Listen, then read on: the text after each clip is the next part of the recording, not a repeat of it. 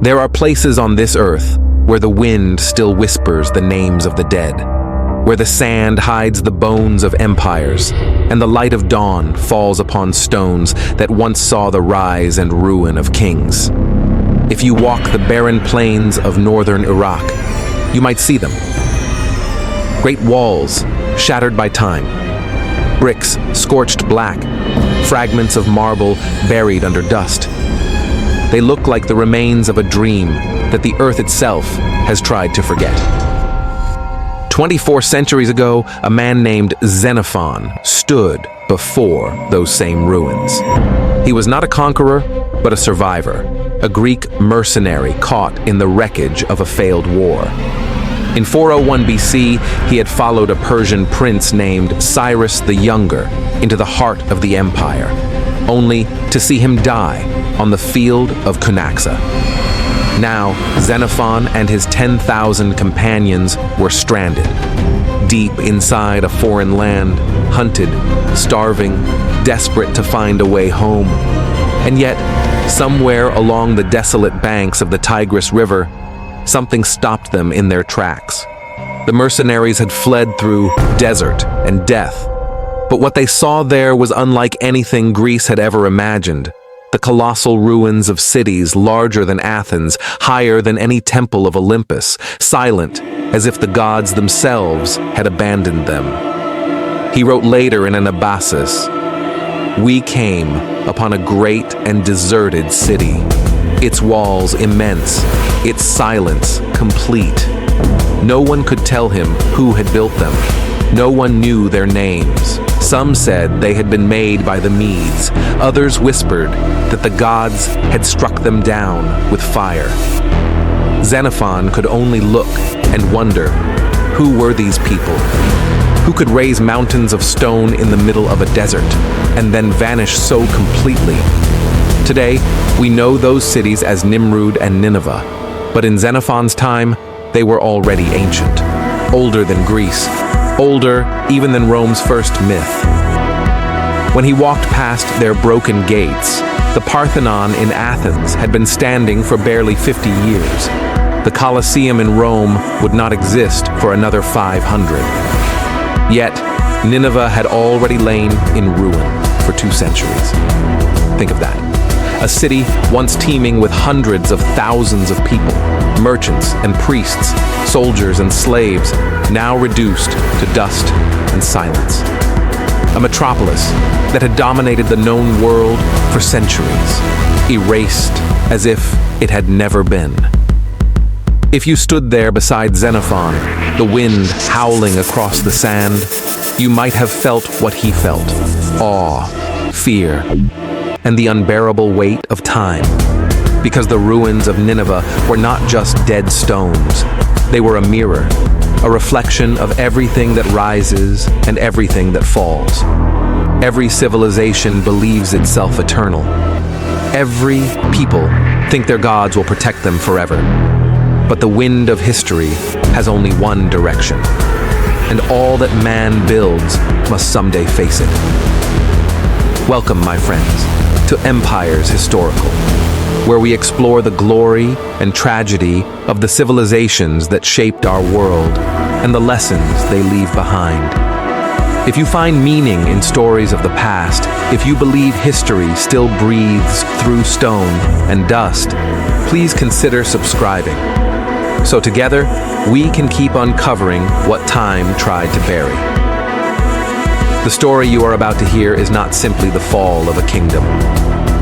It is the story of the first great superpower the world ever knew, a nation forged from iron, ruled by fear, and guided by a single belief.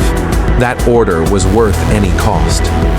This was Assyria, the empire that rose from the ashes of Sumer and Akkad, that bent the world to the will of one god, one city, one people. Long before Persia, long before Rome, long before even the legend of Alexander, the Assyrians had already built the machinery of empire. They invented the language of conquest, the rhythm of bureaucracy, the idea that the world could be ruled through system and terror combined. They were warriors, scholars, and architects of dread. masters of both the sword and the stylus. Their armies crossed deserts and mountains with a precision that seemed divine. Their kings carved their victories in stone, each inscription a hymn to human control. And yet, the more they conquered, the more they chained themselves to the very fear they inspired. From blood came order. From order, eternity, or so they believed. But eternity is the cruelest illusion. The Assyrian Empire did not merely collapse. It evaporated, swallowed by the earth, its language forgotten, its gods buried, its memory exiled to myth. And for nearly 2,000 years, it stayed that way, until a wandering Greek stumbled upon its tomb. What you are about to hear is the story of how a people rose from mud and reed huts to rule everything between the Mediterranean and the mountains of Iran. It is a story of ambition that devoured itself, of beauty carved beside cruelty, of brilliance twisted into tyranny. The Assyrians built the first empire of iron, and when it fell, the world was never the same. But before we trace their rise, before we follow their kings and their gods, let us begin at the place where it all began. In the cradle of civilization itself, between two rivers that still flow, carrying silt, secrets, and the memory of all who came before. For the land that gave birth to Assyria was already ancient when they first raised their walls. It had seen the dawn of cities, the birth of writing, and the first men who tried to be gods. It had seen the Sumerians build temples that touched the sky, and the Akkadians dream of ruling the world. And out of those fallen dreams, from the dust of their ruins, something new was stirring. Something colder, harder, more enduring. It began as a city of traders on the Tigris, a small settlement of mud houses and reed roofs, where the smell of cattle mixed with the smoke of hearths, and merchants shouted in languages that no longer exist.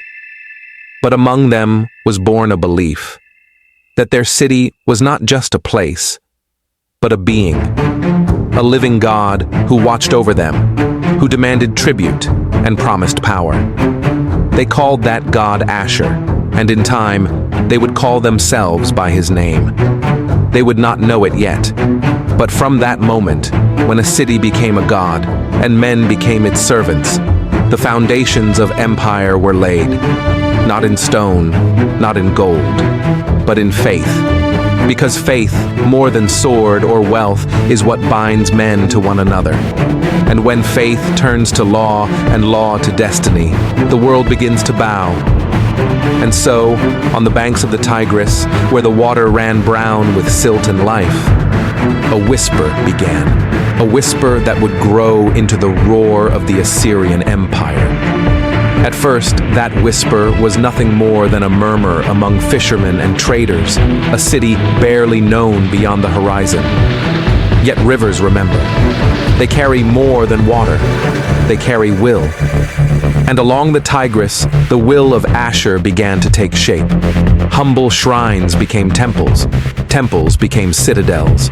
And on their walls, men carved the wings of gods and the eyes of lions, as if daring the heavens to look back. The city of Ashur was unlike anything that had come before. The Sumerians had built for beauty. The Akkadians had built for glory. But the Assyrians, they built for permanence. They learned that strength was not only in bronze or grain, but in obedience. They forged the first system where every man served the will of the state. Every soldier was a part of one mind. They turned fear into policy and policy into faith. Their neighbors, the Babylonians to the south, spoke of them with unease.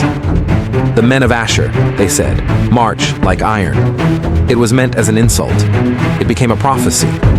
Because when the Bronze Age crumbled, when kingdoms burned, when the world itself seemed to collapse, Assyria endured. Around 1200 BC, the great powers of the Near East fell one by one. The Hittites vanished. Mycenae went silent. Egypt staggered beneath the weight of invasion. But in the north, in the heartland of Assyria, the people of Ashur did not fall. They withdrew behind their walls, clenched their fists, and waited. When the storm passed, they were the only ones left standing. And from that stillness, they began again. Out of the ashes of an age, they forged something the world had never seen. The first true empire, ruled not by the chaos of conquest, but by structure, discipline, and systematic power. Their kings would soon be worshipped like living gods, their words carried across deserts and seas. From the Zagros Mountains to the Mediterranean, their armies would march with terrifying precision, the thunder of thousands of sandals shaking the ground like a heartbeat. Yet, even in their earliest days, there was a strange beauty in their ambition, the kind of beauty that lives on the edge of madness. To build an empire is to believe that the world can be shaped by human hands, to carve order into chaos, to make eternity tangible. We imagine them now, the Assyrians of Ashur, standing on the walls of their young city, watching the sun bleed across the Tigris. They did not know their names would one day echo across millennia. They only knew this: survival was not enough. To live was to rule. That idea, that sacred hunger, would define them. It would drive them through centuries of conquest, through victories so brutal that their enemies would record them not as history, but as nightmares.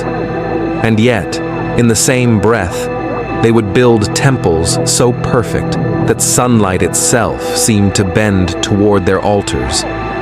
From the mud of Ashur rose the iron of empire, and in the centuries that followed, they would refine that iron into law. The Assyrians believed that the world belonged to those who dared to master it. Every king carried the title King of the Universe, and every campaign was not mere expansion. It was the fulfillment of cosmic duty. They marched not for greed, but for balance, to restore the order their God had ordained. In their eyes, conquest was creation. Destruction was purification. If this logic sounds cold, it was meant to be. The Assyrians believed mercy was weakness. They built their strength on terror, and terror became their diplomacy. But within that cruelty lay a deeper truth, that fear, like faith, unites men faster than love ever can. The world learned this lesson through the echo of their boots. For centuries, they swept across the Near East, their banners crowned with the symbol of the winged sun. Cities surrendered at the mere sight of them. Kings bowed, nations disappeared. And yet, amid this darkness, the Assyrians were also the bearers of light, engineers, astronomers, architects of wonder. They invented libraries, recorded omens, mapped the stars. They cataloged everything: the movement of rivers, the flight of birds, the words of men. To them, knowledge was another form of conquest. Every tablet inscribed in cuneiform, every decree etched into clay, was a small victory against oblivion. But oblivion was patient. When Xenophon's weary eyes fell upon the ruins of Nineveh 2,000 years later, he could not have known that he was standing in the aftermath of one of humanity's greatest paradoxes. A civilization that had mastered the art of permanence, yet could not save itself from time. There, in the silence of the plain, surrounded by the bones of lions and kings, he must have felt what every historian feels when staring into the grave of a civilization: wonder at what they achieved, sorrow at what they became, and fear at how familiar it all feels. Because the story of Assyria is not just a story of them, it is the story of us. Every empire that rises believes it is different. Every generation thinks it has escaped the wheel of history, but the earth remembers. The dust remembers. And someday, the walls that we build, our monuments of steel and glass, our data and our empires of code, will stand just as silent as Nineveh. That is why we tell these stories. Not to glorify conquest, but to understand it. Not to mourn what was lost, but to learn why it fell. In the ruins of Assyria, beneath centuries of earth, archaeologists found tablets filled with words like these: prayers for mercy, hymns for victory, letters between fathers and sons. They were written in a language long dead, but their meaning is eternal. They speak of ambition and despair, of love and loss, of fear and faith, the same things that move us still. So, as we journey together through the life and death of this first great empire, remember Xenophon's question, the one that started it all. Who were these people? Who built such cities and vanished so completely? The answer, perhaps, is that they were never truly gone. For in every age, in every capital that rises toward the sun, in every dream of control, the spirit of Assyria still walks. It walks in our towers, in our armies, in our hunger for power and permanence. And as the wind sweeps across the plains of Nineveh, carrying the dust of their stones and the echo of their prayers, it seems to whisper a warning that has no end. They made a desert and called it peace. They made a god and called him order. They made an empire and called it eternal. But eternity does not belong to men. It belongs to memory. And memory, as the Assyrians learned, is the last empire that time can never truly destroy. There are places on this earth where the wind still whispers the names of the dead, where the sand hides the bones of empires, and the light of dawn falls upon stones that once saw the rise and ruin of kings. If you walk the barren plains of northern Iraq, you might see them. Great walls shattered by time, bricks scorched black, fragments of marble buried under dust. They look like the remains of a dream that the earth itself has tried to forget. 24 centuries ago, a man named Xenophon stood before those same ruins. He was not a conqueror, but a survivor, a Greek mercenary caught in the wreckage of a failed war.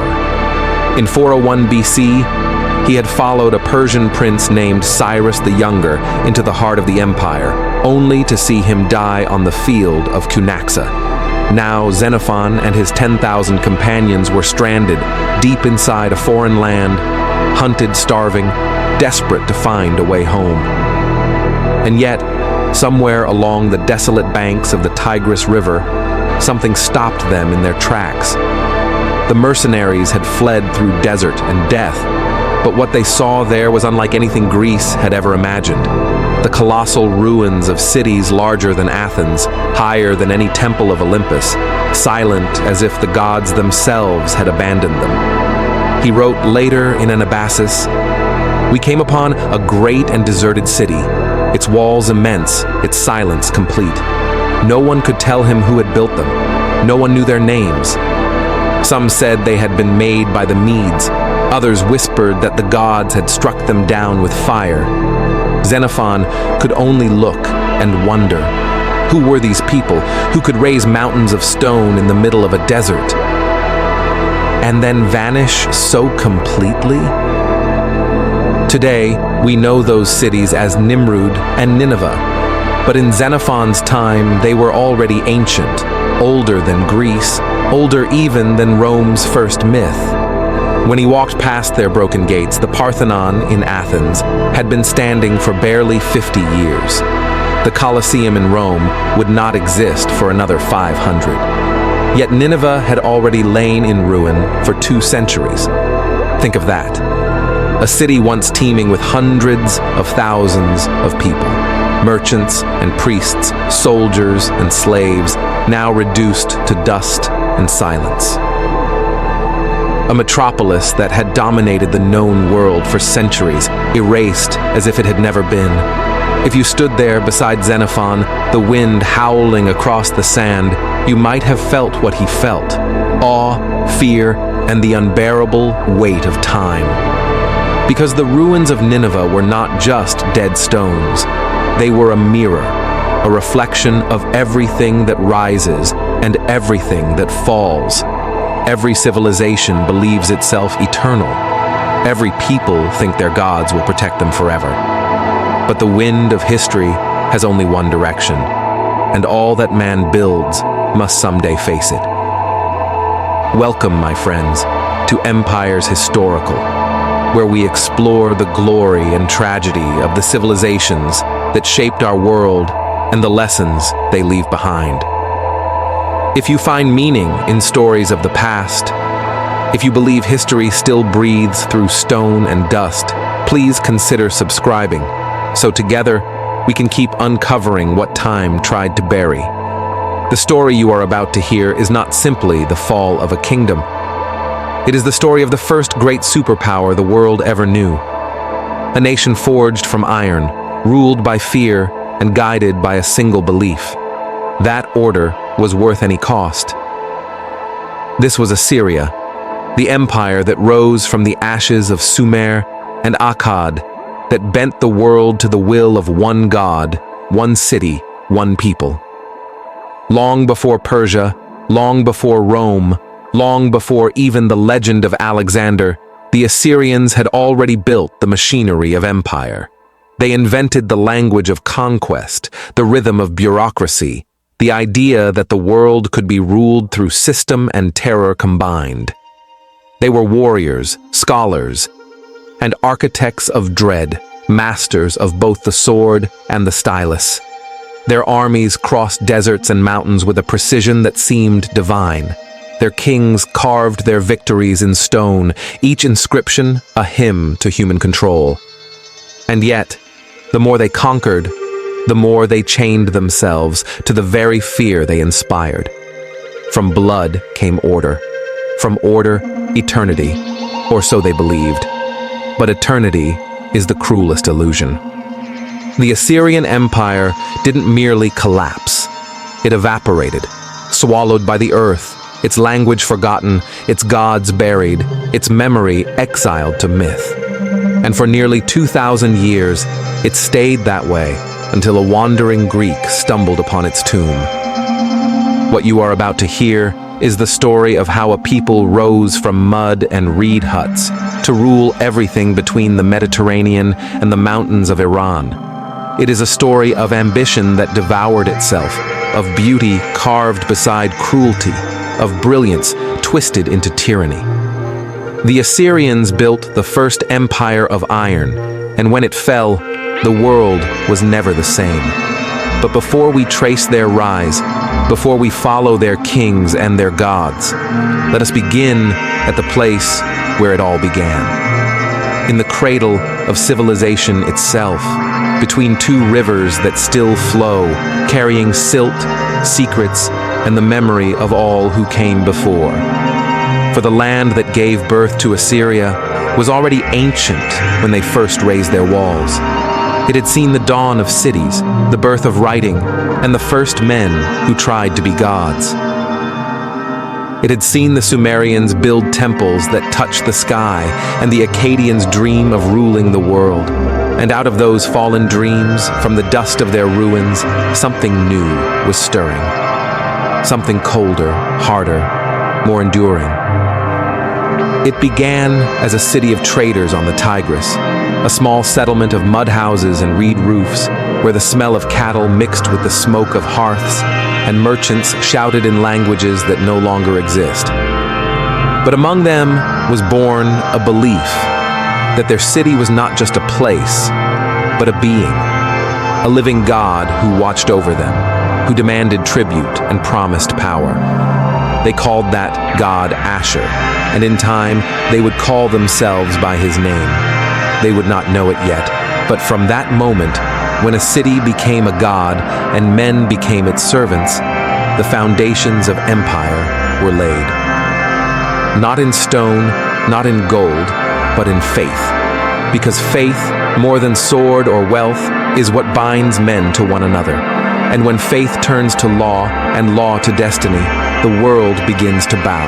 And so, on the banks of the Tigris, where the water ran brown with silt and life, a whisper began. a whisper that would grow into the roar of the Assyrian Empire. At first, that whisper was nothing more than a murmur among fishermen and traders, a city barely known beyond the horizon. Yet rivers, remember, they carry more than water. They carry will. And along the Tigris, the will of Ashur began to take shape. Humble shrines became temples. Temples became citadels. And on their walls, men carved the wings of gods and the eyes of lions, as if daring the heavens to look back. The city of Ashur was unlike anything that had come before. The Sumerians had built for beauty, the Akkadians had built for glory, but the Assyrians, they built for permanence. They learned that strength was not only in bronze or grain, but in obedience. They forged the first system where every man served the will of the state. Every soldier was a part of one mind. They turned fear into policy and policy into faith. Their neighbors, the Babylonians to the south, spoke of them with unease. The men of Ashur, they said, march like iron. It was meant as an insult. It became a prophecy, because when the Bronze Age crumbled, when kingdoms burned, when the world itself seemed to collapse, Assyria endured. Around 1200 BC, the great powers of the Near East fell one by one. The Hittites vanished. Mycenae went silent. Egypt staggered beneath the weight of invasion. But in the north, in the heartland of Assyria, the people of Ashur did not fall. They withdrew behind their walls, clenched their fists, and waited. When the storm passed, they were the only ones left standing. And from that stillness, they began again. Out of the ashes of an age, they forged something the world had never seen. The first true empire, ruled not by the chaos of conquest, but by structure, discipline, and systematic power. Their kings would soon be worshipped like living gods, their words carried across deserts and seas. From the Zagros Mountains to the Mediterranean, their armies would march with terrifying precision, the thunder of thousands of sandals shaking the ground like a heartbeat. Yet, even in their earliest days, there was a strange beauty in their ambition, the kind of beauty that lives on the edge of madness. To build an empire is to believe that the world can be shaped by human hands, to carve order into chaos, to make eternity tangible. We imagine them now, the Assyrians of Ashur, standing on the walls of their young city, watching the sun bleed across the Tigris. They did not know their names would one day echo across millennia. They only knew this: survival was not enough. To live was to rule. That idea, that sacred hunger, would define them. It would drive them through centuries of conquest, through victories so brutal that their enemies would record them not as history, but as nightmares. And yet, in the same breath, they would build temples so perfect that sunlight itself seemed to bend toward their altars. From the mud of Ashur rose the iron of empire, and in the centuries that followed, they would refine that iron into law. The Assyrians believed that the world belonged to those who dared to master it. Every king carried the title King of the Universe, and every campaign was not mere expansion. It was the fulfillment of cosmic duty. They marched not for greed, but for balance, to restore the order their God had ordained. In their eyes, conquest was creation. Destruction was purification. If this logic sounds cold, it was meant to be. The Assyrians believed mercy was weakness. They built their strength on terror, and terror became their diplomacy. But within that cruelty lay a deeper truth, that fear, like faith, unites men faster than love ever can. The world learned this lesson through the echo of their boots. For centuries, they swept across the Near East, their banners crowned with the symbol of the winged sun. Cities surrendered at the mere sight of them. Kings bowed, nations disappeared. And yet, amid this darkness, the Assyrians were also the bearers of light. engineers, astronomers, architects of wonder. They invented libraries, recorded omens, mapped the stars. They cataloged everything: the movement of rivers, the flight of birds, the words of men. To them, knowledge was another form of conquest. Every tablet inscribed in cuneiform, every decree etched into clay, was a small victory against oblivion. But oblivion was patient. When Xenophon's weary eyes fell upon the ruins of Nineveh 2,000 years later, he could not have known that he was standing in the aftermath of one of humanity's greatest paradoxes, a civilization that had mastered the art of permanence, yet could not save itself from time. There, in the silence of the plain, surrounded by the bones of lions and kings, he must have felt what every historian feels when staring into the grave of a civilization. Wonder at what they achieved, sorrow at what they became, and fear at how familiar it all feels. Because the story of Assyria is not just a story of them, it is the story of us. Every empire that rises believes it is different. Every generation thinks it has escaped the wheel of history. But the earth remembers. The dust remembers. And someday the walls that we build, our monuments of steel and glass, our data and our empires of code, will stand just as silent as Nineveh. That is why we tell these stories. Not to glorify conquest, but to understand it. Not to mourn what was lost, but to learn why it fell. In the ruins of Assyria, beneath centuries of earth, archaeologists found tablets filled with words like these: prayers for mercy, hymns for victory, letters between fathers and sons. They were written in a language long dead, but their meaning is eternal. They speak of ambition and despair, of love and loss, of fear and faith, the same things that move us still. So as we journey together through the life and death of this first great empire, remember Xenophon's question, the one that started it all. Who were these people who built such cities and vanished so completely? The answer, perhaps, is that they were never truly gone. For in every age, in every capital that rises toward the sun, in every dream of control, the spirit of Assyria still walks. It walks in our towers, in our armies, in our hunger for power and permanence. And as the wind sweeps across the plains of Nineveh, carrying the dust of their stones and the echo of their prayers, it seems to whisper a warning that has no end. They made a desert and called it peace. They made a god and called him order. They made an empire and called it eternal. But eternity does not belong to men. It belongs to memory. And memory, as the Assyrians learned, is the last empire that time can never truly destroy. When the mists of the Tigris lifted and the sun struck the terraces of Ashur, something stirred in the heart of its people. A vision that would outlive generations. The traders and craftsmen who once worshipped quietly by the river began to speak of destiny. Their walls thickened, their streets widened, their shrines turned to sanctuaries of stone. And from among them rose men who believed that the hand of Ashur had chosen them not to live, but to command. The first kings of Assyria were not gods, not yet. They were warlords, born in the narrow corridors of the city, leading militias of farmers and herdsmen. They ruled not by divine decree, but by survival. The world beyond their walls was a furnace of ambition. Tribes clashing for water, cities bartering for grain, kingdoms watching each other with the eyes of wolves. In that crucible, the Assyrians learned the oldest lesson of power, that fear is a weapon more enduring than bronze.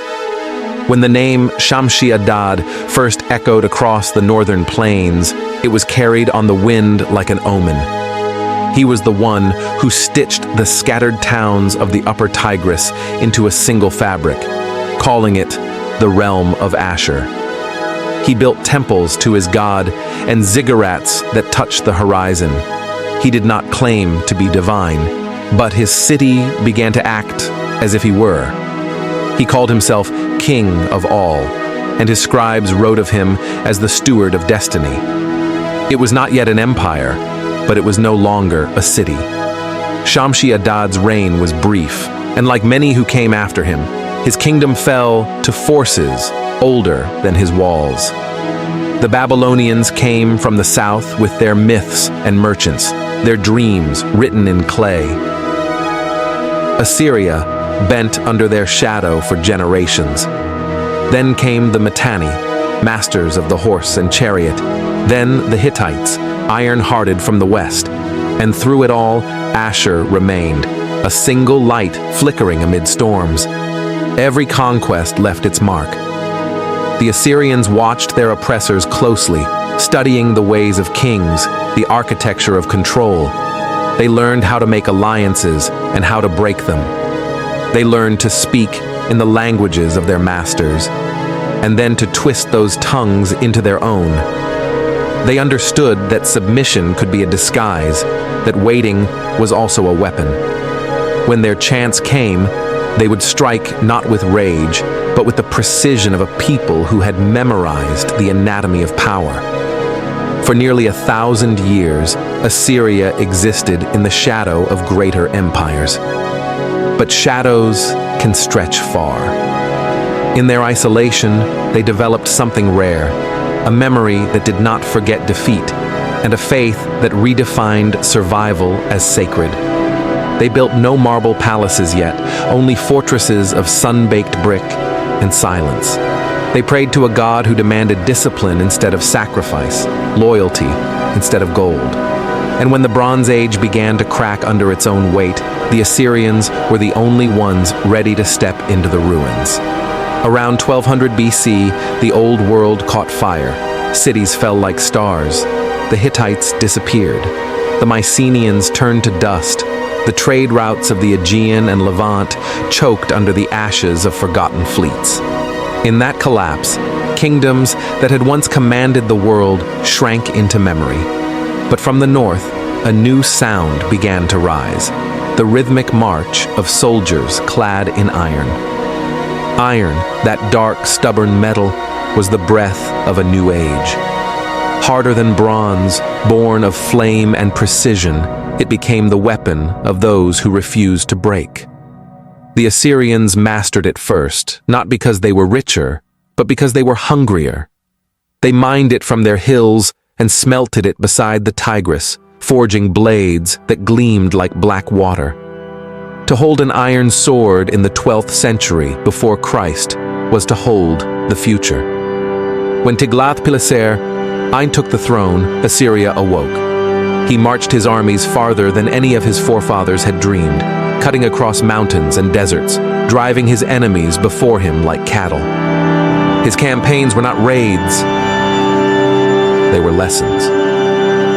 He wrote them down on tablets, detailing each victory as if recording the birth of a god. In one of those tablets, he carved these words, "The mountains bowed to me. The lands beyond the sea trembled. I have crossed the rivers of the world, and there is no king equal to me." It was the sound of a man discovering empire. But Tiglath-Pileser was more than a conqueror. He was a builder of laws, a student of order. He realized that the empire he imagined could not survive on blood alone. Blood could win battles, but only system could win eternity. And so, he began to craft what no king before him had dared, a structure of power that would outlast him. He divided his realm into provinces, each governed by an official sworn not to family or clan, but to the throne itself. Taxes, soldiers, trade, all recorded, calculated, and controlled. The empire became a living organism, every village a heartbeat, every road a vein. And at its center stood Ashur, the heart of the world. From blood came order, from order, eternity. But eternity, like iron, must be tempered. The same precision that built Assyria also demanded obedience beyond reason. The state became sacred, the king divine, the citizen a shadow beneath his will. The machinery of rule was flawless, but within its gears, the human soul began to grind. As the century turned, the Assyrians looked upon the world they were building and believed it unbreakable.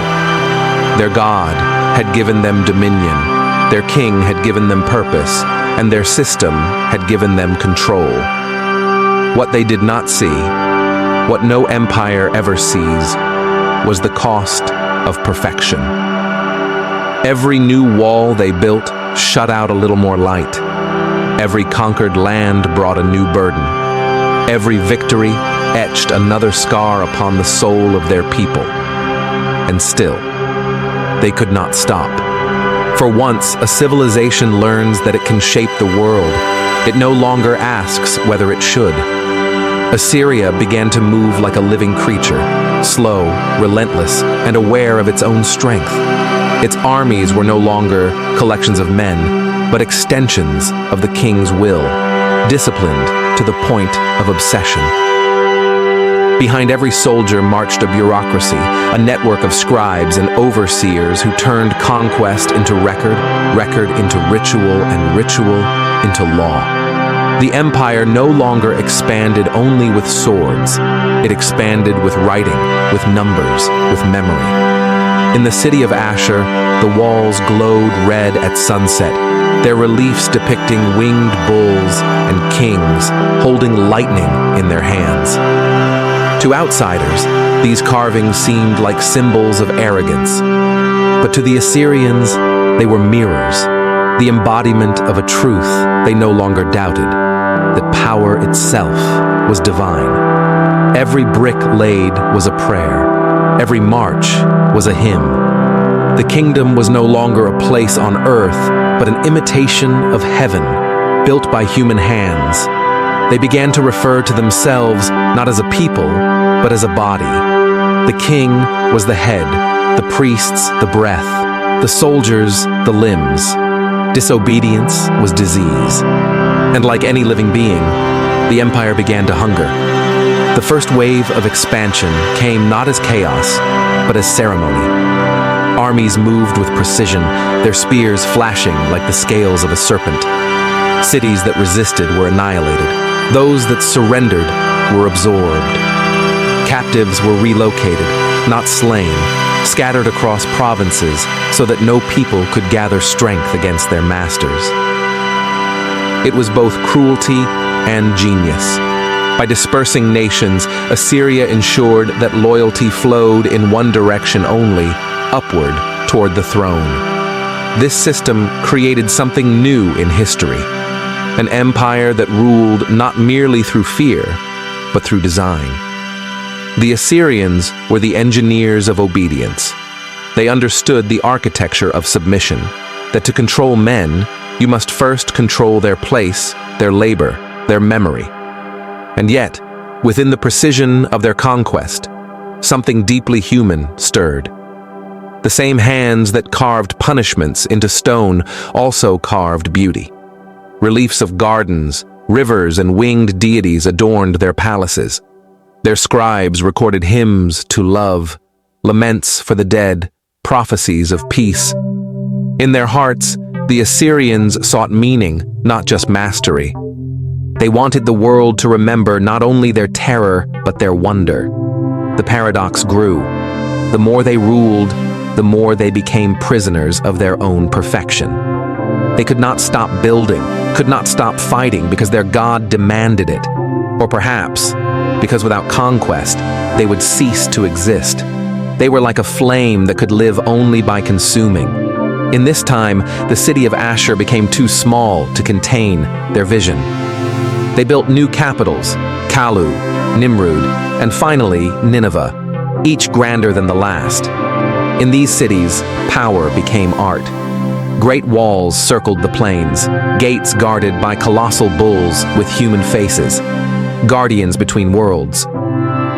Within the palaces, courtyards of polished stone reflected the sky. Water flowed through hidden channels, feeding gardens filled with foreign trees. The empire began to look like the dream of a god staring into a mirror. Yet under this brilliance lay a quiet dread. For every empire, there comes a moment when expansion ceases to feel like choice and begins to feel like necessity. The Assyrians had reached that point. Their kings, Adad-nirari, Shalmaneser, Ashur-Nasirpal, each claimed to have brought the world to heel, but the world kept growing larger. Every border touched another. Every victory invited vengeance. And so the Assyrians turned inward. Their kings began to call themselves not merely rulers of men, but kings of the four corners of the world. The phrase itself betrayed anxiety. The need to proclaim what they feared they could no longer prove. To hold an empire is to hold breath. It cannot last forever. The Assyrians did not yet see the cracks forming beneath them, the strain of maintaining armies that spanned continents, the burden of feeding cities swollen with tribute, the silence of gods who no longer answered prayers. They mistook control for immortality. They thought structure could conquer time. But time is patient. It waits behind every triumph. In the centuries to come, new kings would rise. Tiglath-Pileser III, Sargon II, Sennacherib. Men who would push Assyria to its zenith. They would perfect the system their ancestors had forged, turning order into obsession, empire into destiny. And at their peak, they would stand as the first true superpower of the ancient world, their banners flying over lands from Egypt to Elam. Yet every ascent carries within it the seed of descent. Every wall that touches the heavens casts a shadow twice as long. The Assyrians could not yet see that the very machinery that sustained them would one day strangle them. That terror could unify an empire, but it could never make it loved. For now, though, the Tigris shimmered beneath their walls, and the cities of their enemies burned on the horizon. The scribes etched new victories into wet clay, the temples filled with incense. And somewhere in the royal courtyard, a king looked at the setting sun and believed he had tamed it. He did not know, no one ever does, that the sun he worshipped would one day set upon his own empire and rise again over his ruins. The story of Assyria's rise is not one of destiny fulfilled, but of desire unrestrained. It teaches that the moment man begins to see himself as God, he begins to build his own tomb. For in every empire, whether of stone, steel, or thought, there comes a point when creation turns into consumption, and the same hands that lift a civilization toward the divine also press it closer to the dust. That is how Assyria became the blueprint for every power that followed. They built a world where fear became order, where conquest became culture, where obedience was mistaken for peace. And though their cities have long since fallen, their echo remains in every system that worships control, in every nation that believes it cannot fall. For the Assyrians were not merely the first empire of iron. They were the first to learn that the truest empire is not built with weapons or walls, but with the human will to dominate both others and the self. And from that will, history itself was born. By the 8th century before Christ, the Assyrian heartland no longer whispered, it roared. The quiet city of Ashur had given birth to an empire whose breath could be felt from the deserts of Arabia to the green valleys of Egypt. The kings who now sat upon its thrones were no longer sons of merchants or shepherds, but the architects of a new world order. Their armies were endless rivers of iron, their cities thundered with the footsteps of slaves, and their gods, carved in stone and gold, stared down with eyes that seemed to command the sun itself to rise. Among these rulers stood men whose names would burn across the centuries: Ashur-Nasirpal II, Shalmaneser III, and later Tiglath-Pileser III, names that still carry the echo of marching feet. They were the heirs of a dream born in mud and blood, but they had turned it into something divine. The Assyrians no longer fought for survival. They fought for dominion. Their kings believed that they were the chosen instruments of the god Ashur, the living flame through which the world would be purified and ruled. In this belief, the empire entered a transformation so complete that it would redefine the meaning of power itself. The Assyrians perfected the mechanics of control. They organized their armies not as crowds of warriors, but as precise hierarchies: infantry, cavalry, engineers, archers, charioteers. They built roads that carried both armies and ideas. They created supply chains and military depots, ensuring that a king could command a siege hundreds of miles from his capital as easily as from his throne. The Assyrian army was not the largest of its age, but it was the most disciplined, the most feared, the most efficient. It did not rely on passion. It relied on method. Each victory was rehearsed before it was won. Each city taken was catalogued and mapped before it fell. And each enemy, once defeated, was transformed into a message, a warning written in smoke and blood to the rest of the world. Their conquest was not only physical, it was psychological. The Assyrians discovered that terror could travel faster than soldiers. When word spread that Ashurbanipal was approaching, entire cities surrendered without a fight. The stories of his cruelty, whether true or embellished, became weapons sharper than spears. He boasted of flaying rebels alive, of stacking skulls into pyramids at the gates of conquered towns. To his enemies, he was a monster. To his people, a savior. And in that contradiction lay the essence of empire. The ability to be both God and devil at once. Yet to see only the cruelty is to miss the other half of their truth. For behind the brutality of conquest stood the brilliance of construction. Each victory brought new laborers, artisans, and materials from across the known world. From them rose cities that defied imagination.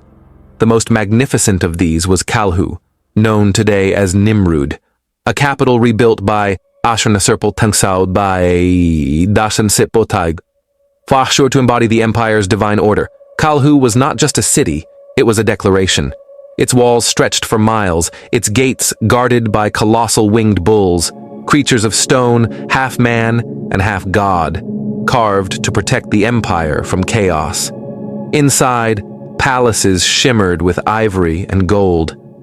On their walls, sculptors carved scenes of war and hunting, of kings standing before gods, of lions brought low beneath the wheels of chariots. These were not decorations, they were affirmations of power, eternalized in relief. Walking through those halls must have felt like walking through the veins of a living god. Everywhere, the symbols of dominance, kneeling captives, armies in formation, winged spirits hovering above. The architecture itself seemed to breathe with the rhythm of control.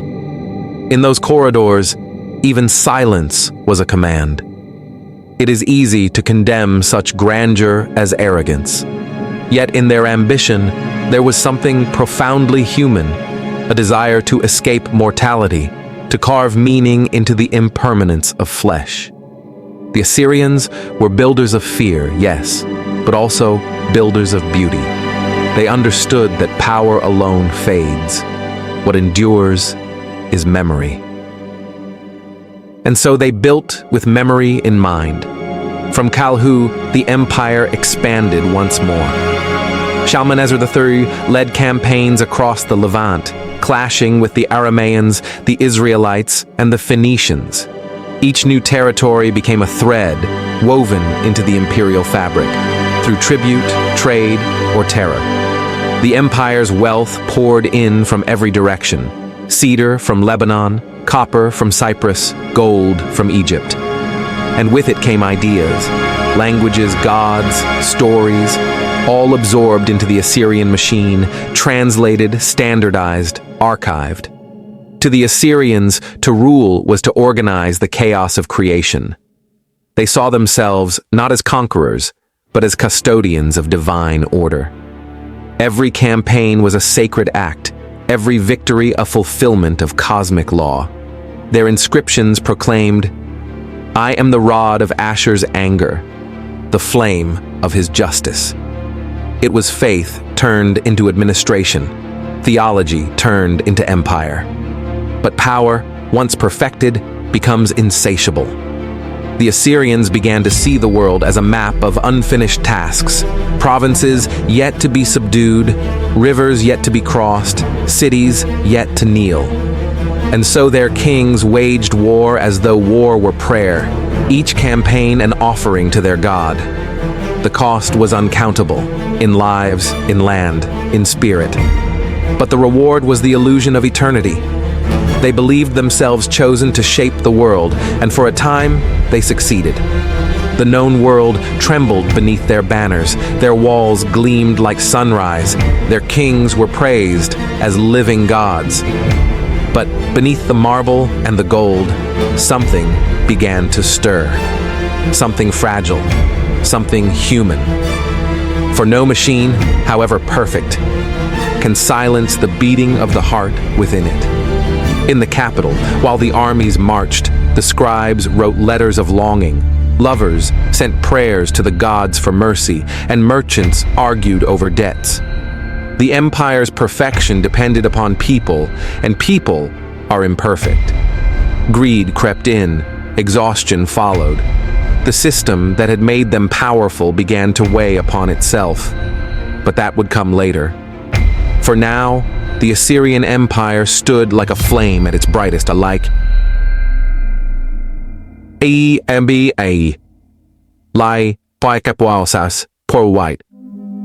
So fierce, it cast shadows across the centuries to come. It was the beginning of what we call history. The moment humanity realized that power could be structured, that destiny could be engineered, and that even the will of gods could be imitated by men. And in that moment of brilliance, the seeds of ruin were already being sown. The empire had become a reflection of its kings, and its kings a reflection of the empire.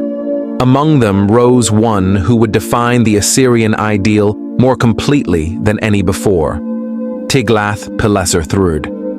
He was not merely a warrior, he was an engineer of empire.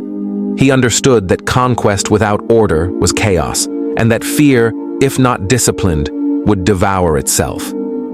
Under his reign, Assyria reached a new height of precision, not only in battle, but in the machinery of governance. He divided the realm into provinces, appointed governors bound by oath to the throne, and built a web of communication that reached farther than any before him. Messages carved into clay tablets could move faster than armies, carried by couriers across the empire's great roads that cut through mountains and deserts, binding lands as veins bind the body. The empire was no longer a series of conquests.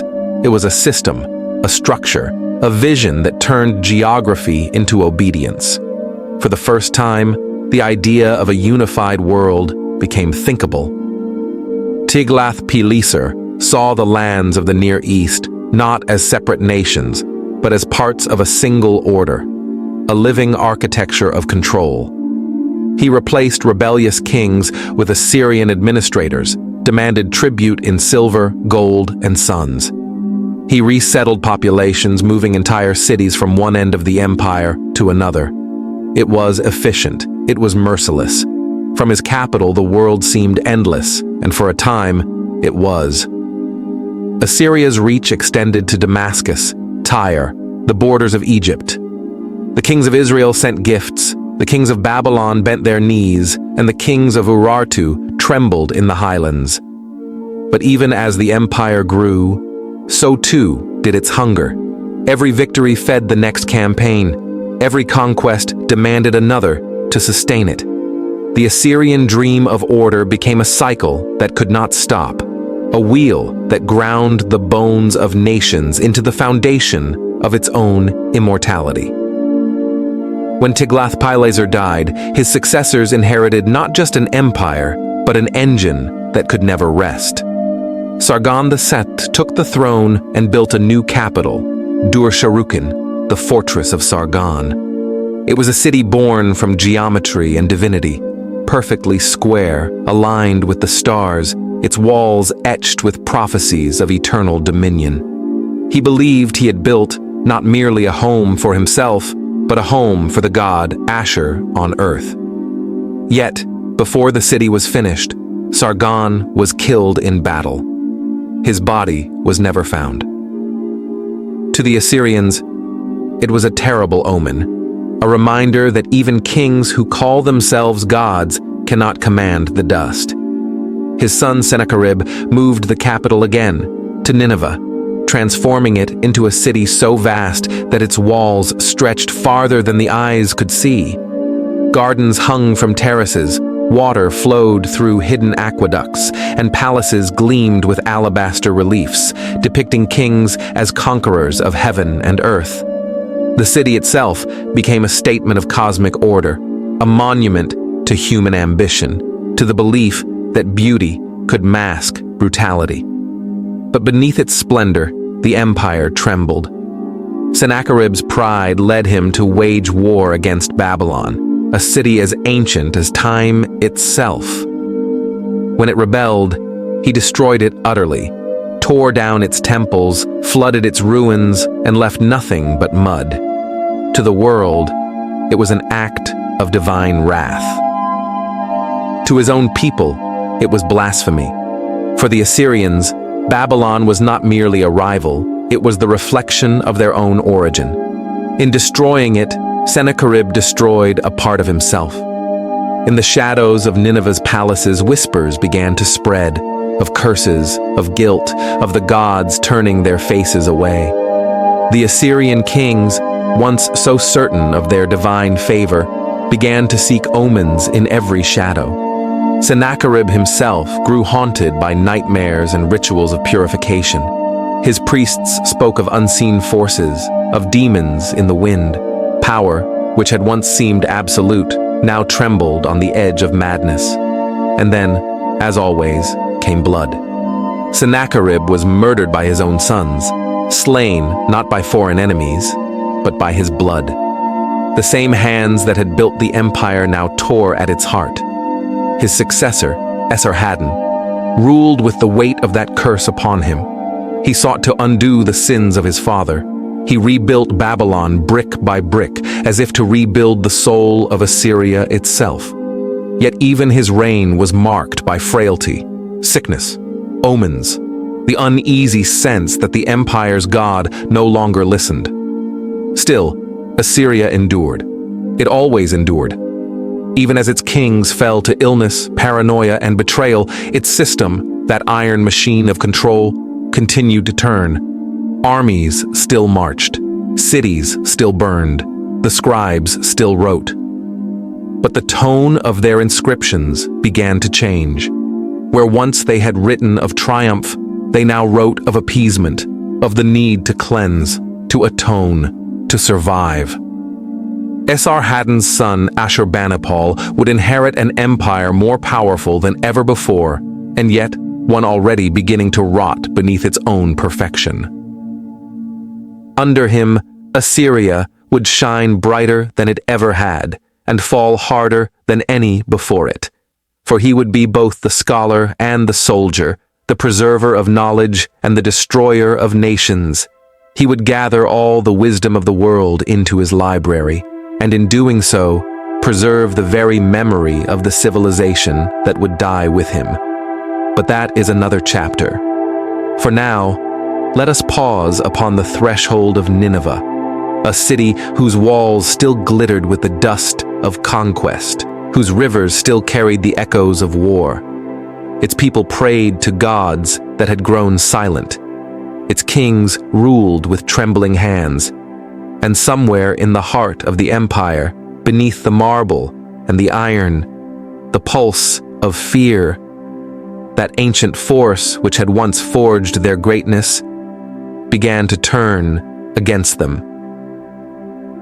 The Assyrians had built a world of control so complete that they no longer knew how to live without it. Their god demanded order. Their kings demanded obedience. Their system demanded sacrifice. And when a civilization worships the idea of perfection, it creates the one thing perfection cannot survive: a flaw. That flaw had a name: humanity. It was the same humanity that once dreamed beside the Tigris, that once whispered to the god Ashur for strength. It was the same humanity that built temples and sang hymns, that loved and grieved and feared the dark. And though the Assyrians tried to bury it beneath laws and stone, it endured, quiet, patient, waiting for the moment when the empire's own weight would bring its towers down. In time, that moment would come. But as the sun set over Nineveh, no one could yet imagine its end. The world saw only the glory, the flames of empire reflected in the river, the banners of kings fluttering against a crimson sky. To all who gazed upon it, Assyria seemed eternal. And perhaps that is how all empires end, not with the awareness of death, but with the illusion of eternity. By the time Ashurbanipal ascended the throne, Assyria stood at the zenith of its power, vast, radiant, and trembling. Its armies had subdued everything from the mountains of Iran to the sands of Egypt. Its walls encircled the world's knowledge. Its kings called themselves not merely rulers of men, but keepers of the cosmos. It was an empire that seemed to touch the heavens, and yet, beneath its triumph, the slow hum of decay had already begun. Ashurbanipal was not like the kings before him. He was not content with war alone, nor intoxicated purely by conquest. He was a scholar, a rare soul who could command both sword and stylus. He had been educated by scribes, trained to read the sacred language of cuneiform, and he took pride in understanding what most kings merely owned. His mind, as sharp as the blades of his armies, sought to preserve everything humanity had ever known. In the palaces of Nineveh, he gathered scribes from every corner of the empire. From Babylon, he took the chants of priests and the chronicles of kings. From Egypt came spells and medicine. From Sumer's dust, he rescued poems that had lain forgotten for 2,000 years. And from all of it, he built his masterpiece, the Library of Ashurbanipal, a treasury of clay and memory, the first archive of civilization. Within those walls, thousands of tablets whispered their secrets: astronomy, prophecy, law, and song.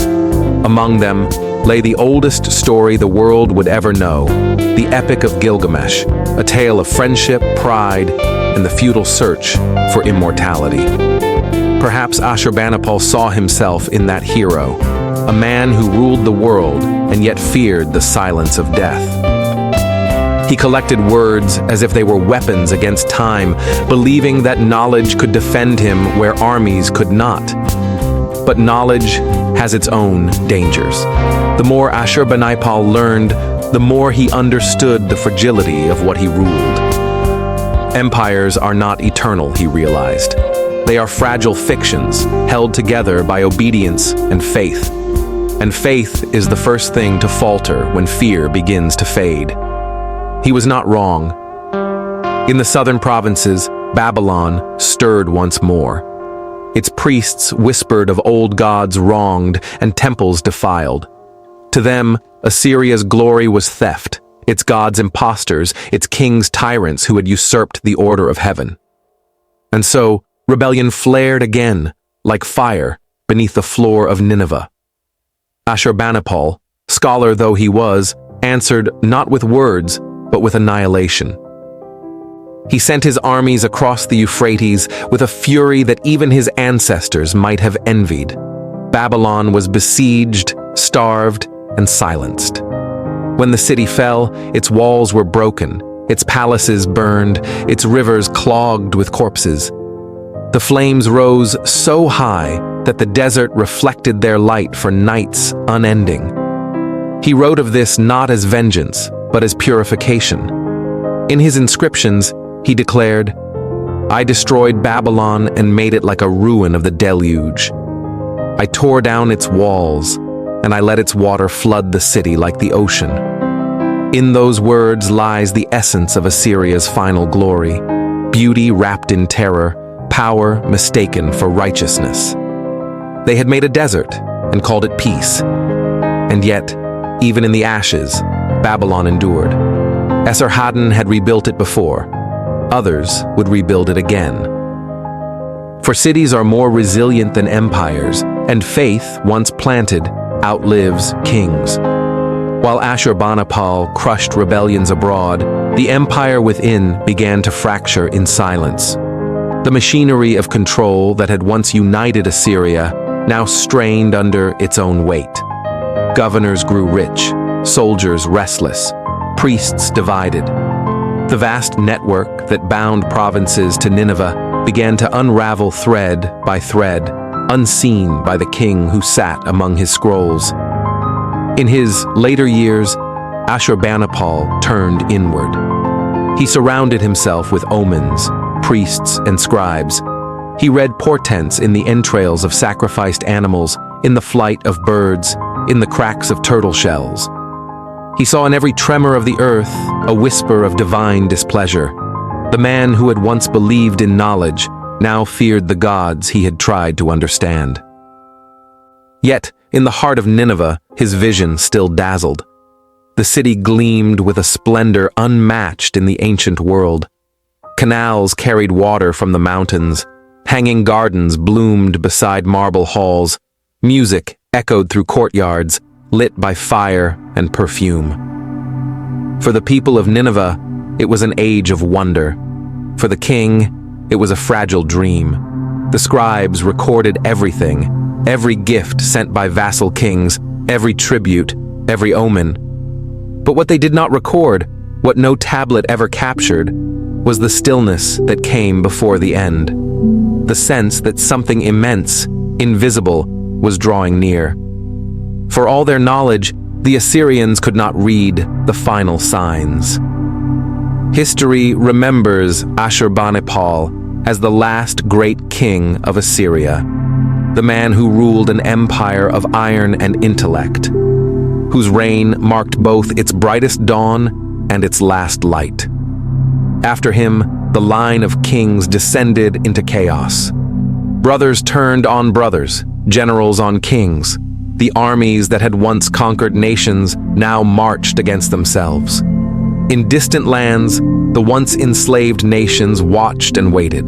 The Medes in the east, the Babylonians in the south, old enemies nursing old wounds. They saw the cracks forming and began to prepare. Like wolves circling a wounded lion, they understood that even the mightiest empire bleeds when the heart grows weak. But that would come later. For now, Nineveh still stood, proud, resplendent, unaware. Its walls reflected the sun like bronze, and the libraries of Ashurbanipal still whispered of gods and kings and the endless river of time. The people believed, as all people do at the height of their glory, that it would last forever. Empires always believe that. The empire that Ashurbanipal inherited had been built on the discipline of fear, but it was sustained for a moment by the illusion of harmony.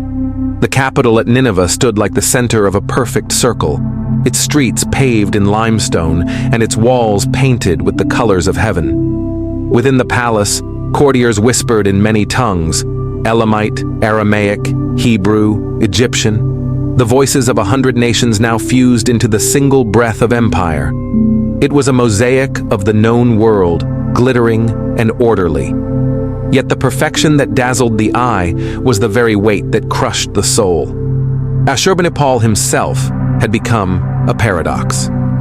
The scholar king who both preserved civilization and destroyed it. His library grew while his cities burned. He sought meaning in the dust of the past, even as he scattered dust into the future. To his followers, This contradiction was divine. To his enemies, it was madness. But perhaps it was something deeper.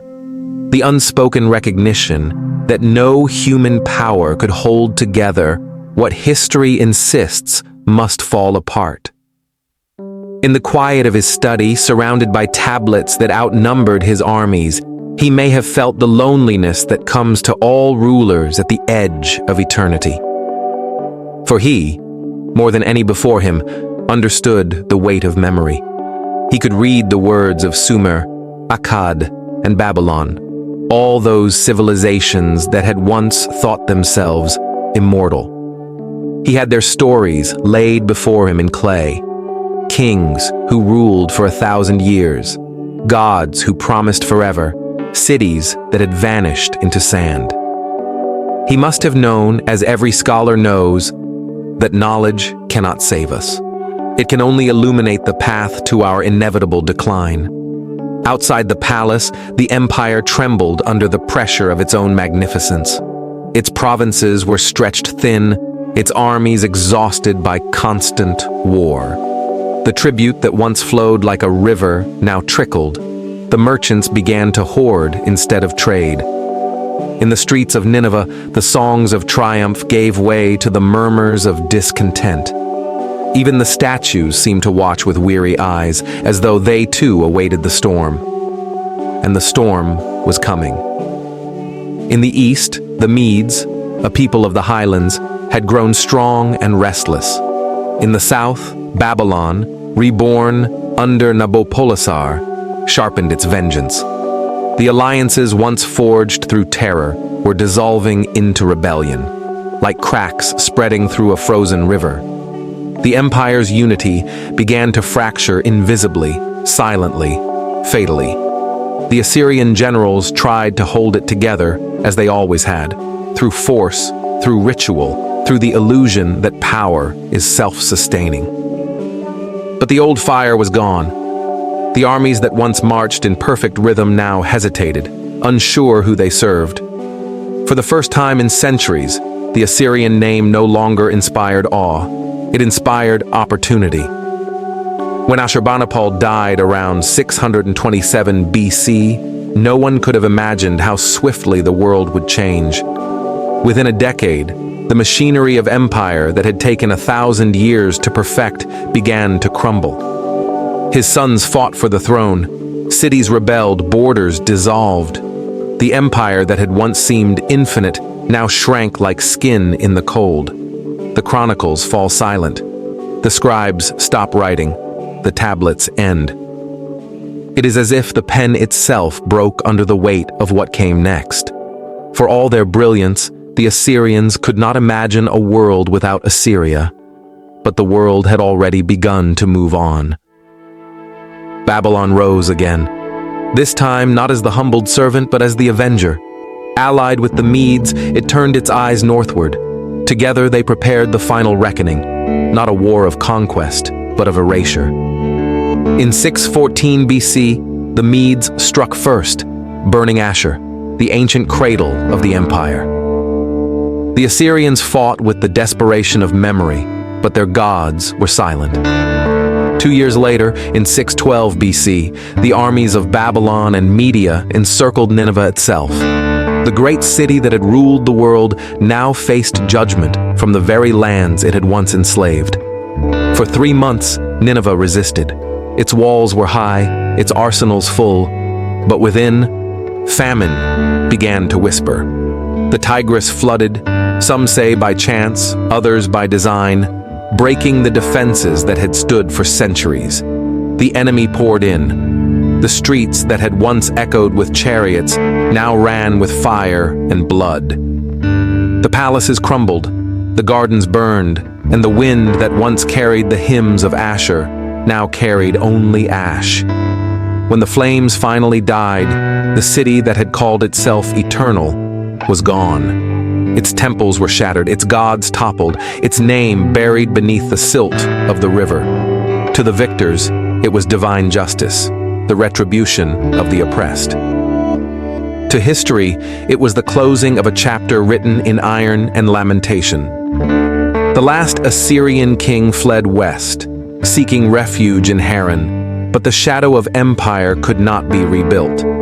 Within a few years, even his line was extinguished. The Assyrian people vanished into the tapestry of nations they had once ruled, their language fading from the world like a breath on glass. And yet, though their cities fell, their memory endured.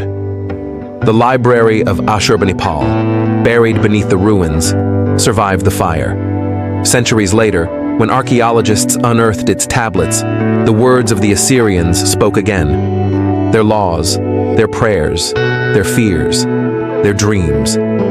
Through them, the empire lived once more, not as power, but as story. Perhaps that is the true destiny of all empires. Not to last, but to be remembered. Not to rule, but to teach. The fall of Assyria was not a tragedy of cruelty. It was a tragedy of perfection. They had reached the pinnacle of human order and discovered that order cannot contain the chaos of the human soul. They had built the first great empire of history and proved that history itself is the only empire that endures. As the winds blow over the plains of Mosul, where Nineveh once stood, the earth still holds the ghosts of that grandeur. The bones of kings lie beneath highways. The carvings of gods stare up from museum glass. And if you stand there, as Xenophon once did 2,000 years ago, you may hear the echo of their pride and their sorrow mingled together. We made a desert and called it peace. We made a god and called him order. We made a kingdom and called it eternal.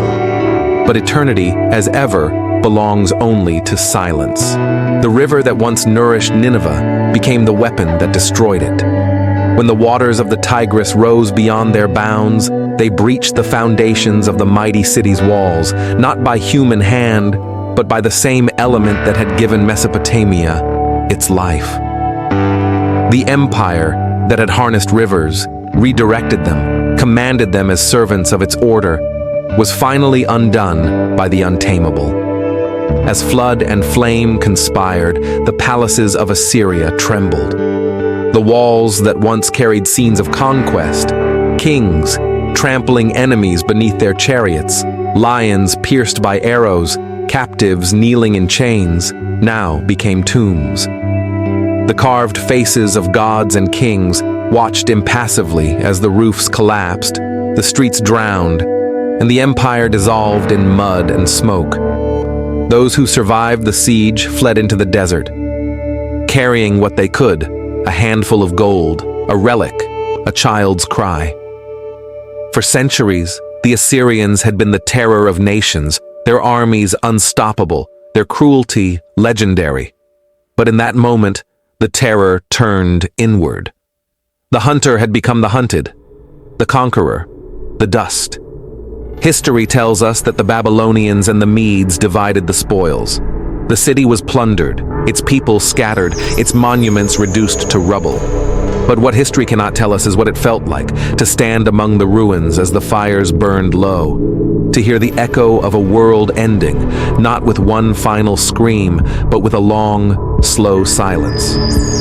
Imagine walking through Nineveh in those final hours. The air is thick with the scent of burning cedar and oil. The sky is black with ash, and the heat of the flames turns the rain to steam before it touches the ground. Statues lie broken, their faces split open, their eyes blind to the heaven they once claimed to rule. The great library of Ashurbanipal burns, the clay tablets hissing as they crack, their words of wisdom breaking apart forever. In those ruins, the empire's greatest creation, knowledge itself, meets the same fate as its kings. Yet even in destruction, there is a terrible beauty. For the Assyrians, death was not an ending, but a cycle, the river returning to the sea.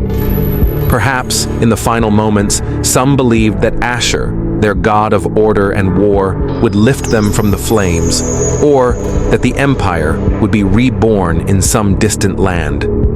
But gods, too, can die, when the people who name them fall silent. The fall of Nineveh was not just the death of a city. It was the death of an idea that human will could impose eternal order upon the chaos of existence.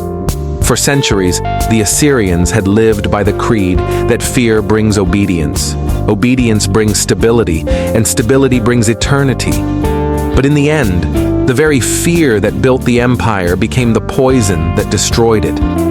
For generations, they had burned cities and deported nations, believing that control was the same as peace.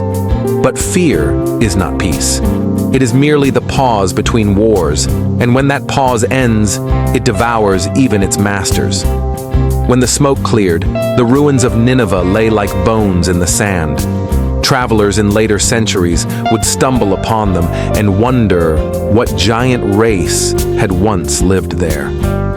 The Greeks, when they came, did not even know its name.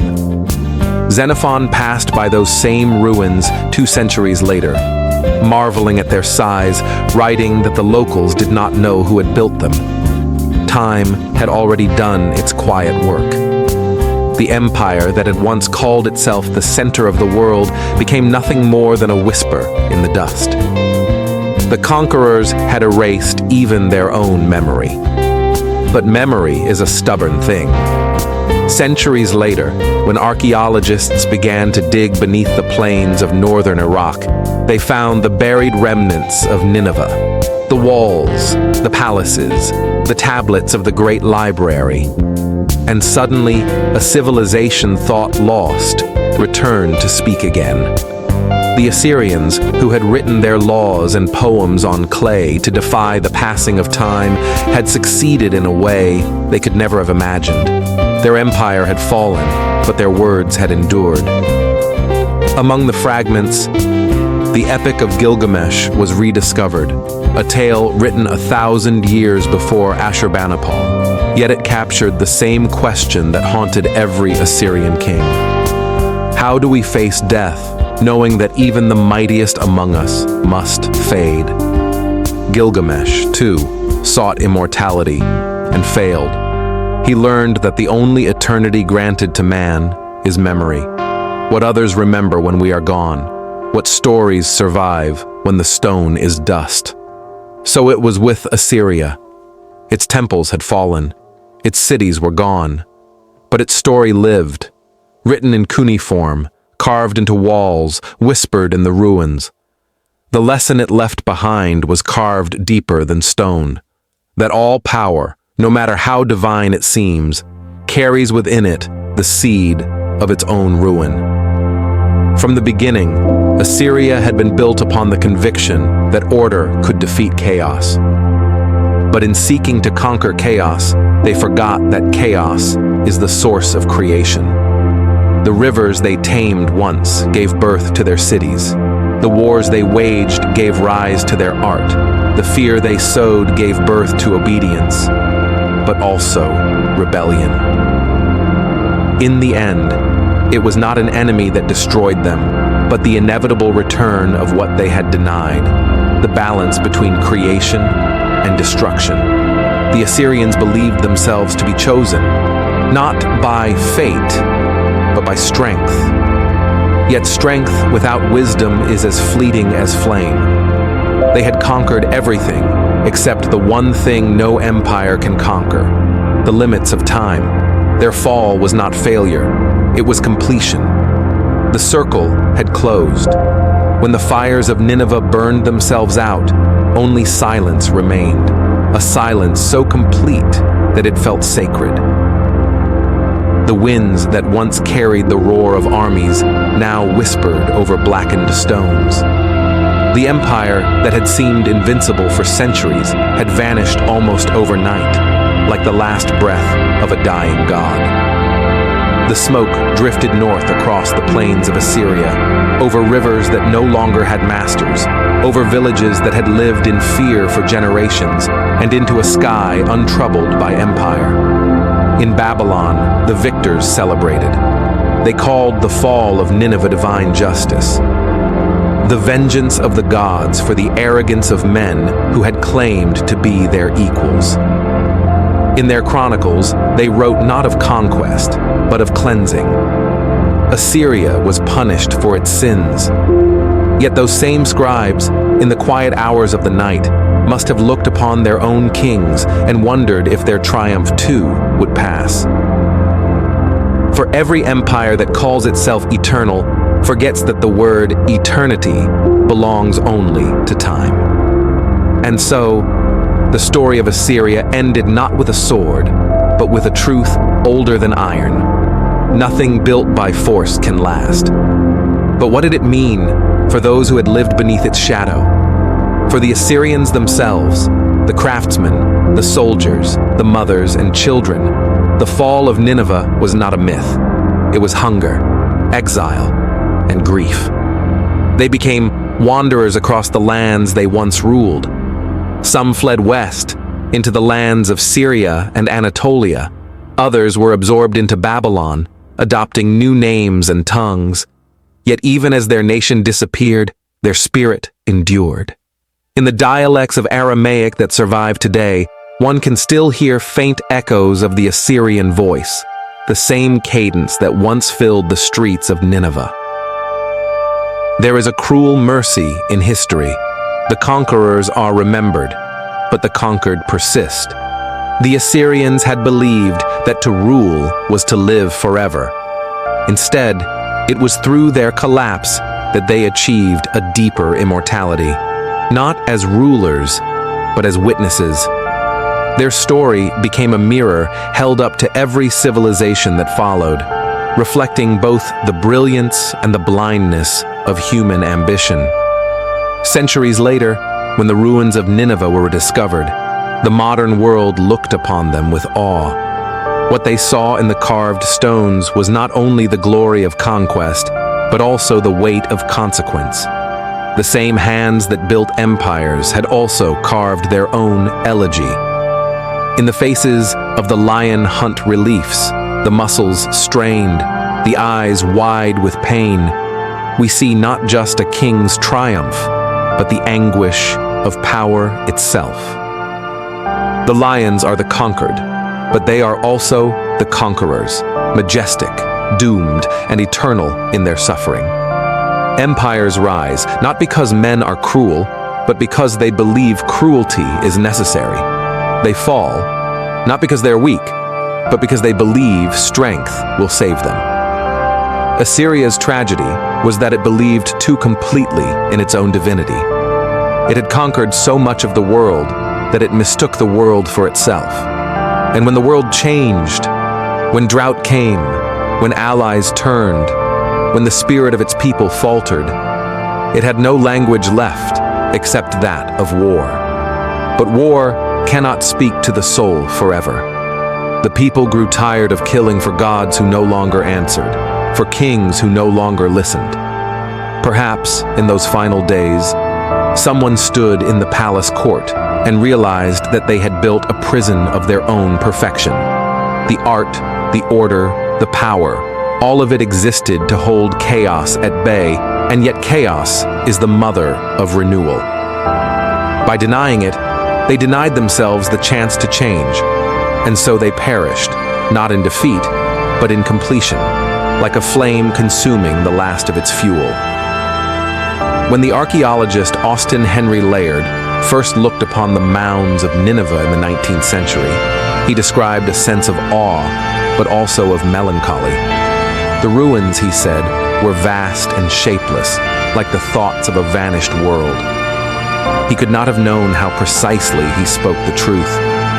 For what lay beneath those mounds was not just a city, but the collective memory of a people who had dreamed of mastering time and failed. Yet perhaps failure is the true measure of greatness. Every civilization that reaches too high leaves something behind, a mark upon the world, a question upon the soul. The Assyrians built in stone and clay, but what they truly left us was a meditation on power, how it is gained, how it is lost, and how it changes those who wield it. In the end, the story of Assyria is not merely the story of a fallen empire. It is the story of humanity itself, of our hunger to create order from chaos, and our blindness to the chaos within ourselves. It is the story of every nation that rises in certainty and falls in wonder. It is the story of how greatness is born from struggle and how beauty survives even in ruin. If you stand today on the plains where Nineveh once rose, you will find little but dust and wind. Yet if you listen closely, the earth still speaks. Beneath the soil lie the echoes of armies, the cries of kings, the whispers of scribes pressing clay into meaning. Their words, fragile, immortal, still tell us what they learned in the end, that no empire endures, that no king outlives his people, that what we build in pride, we lose in silence. And still, against the endless march of time, we build again. The dust of Nineveh had barely settled when the world began to forget. The rivers that once carried the empire's grain now carried its ashes. The palaces that once dazzled with ivory and gold were swallowed by sand. And yet, the silence that followed was not the silence of emptiness. It was the silence of transformation. For every ruin in its stillness holds the echo of what once was. The Babylonians and the Medes divided the spoils of victory. Babylon rose again in splendor, its temples rebuilt, its walls towering against the horizon like an answer to heaven itself. Nabopolassar and his son, Nebuchadnezzar, rebuilt what Assyria had destroyed. They declared a new dawn. But even in their triumph, the shadow of Nineveh lingered. For the Babylonians had inherited not only Assyria's lands, but also its curse, the burden of empire, the illusion of eternity. In the ruins of Assyria, the winds carried whispers of vanished kings, of gods who had gone silent.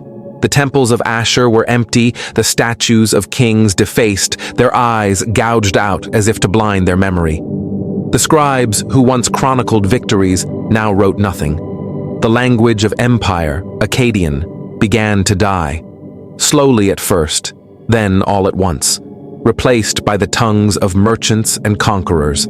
It was as though the very act of naming power had become forbidden. But time has a way of revealing what destruction tries to hide. Centuries later, the world would rediscover what had been buried, not through divine revelation, but through the patient hands of those who sought to understand the past. In the 19th century, as spades turned the soil of Mosul, the stones of Nineveh rose once more into the light. For the first time in over 2,000 years, the faces of Assyrian kings looked again upon the sun. Among the dust and rubble, archaeologists found what the fire had failed to destroy: the tablets of Ashurbanipal's library, baked hard by flame, preserved by catastrophe. In those clay fragments, the Assyrians spoke again. They told of their gods, their laws, their fears. They recounted the rise and fall of their kings, and, in their voices, there was both pride and sorrow. The pride of creation, the sorrow of impermanence. The rediscovery of Assyria was not just an archaeological triumph, it was a resurrection of the human spirit. Those who unearthed its relics found not only the remnants of an empire, but also a mirror of humanity's eternal struggle, the longing to outlast time, the refusal to be forgotten. Every brick, every inscription was a testament to the paradox of civilization, that we build to endure, yet all that endures is what we leave behind in ruin. In the British Museum today, the lion hunt reliefs of Ashurbanipal stand silent. The stone lions still roar, the arrows still pierce their hides, the king still drives his chariot forward, a scene frozen in eternity. But look closer, and the triumph turns to tragedy. The lions, though dying, are full of life. The king, though victorious, looks hollow. It is as if the sculptors, the true poets of Assyria, understood that no victory lasts, that power is a brief performance upon the stage of the earth. The more we study Assyria, the clearer its humanity becomes. It was not merely a machine of conquest, it was a civilization of astonishing complexity, artistry, and intellect. They measured the stars, mapped the heavens, recorded eclipses, and calculated omens.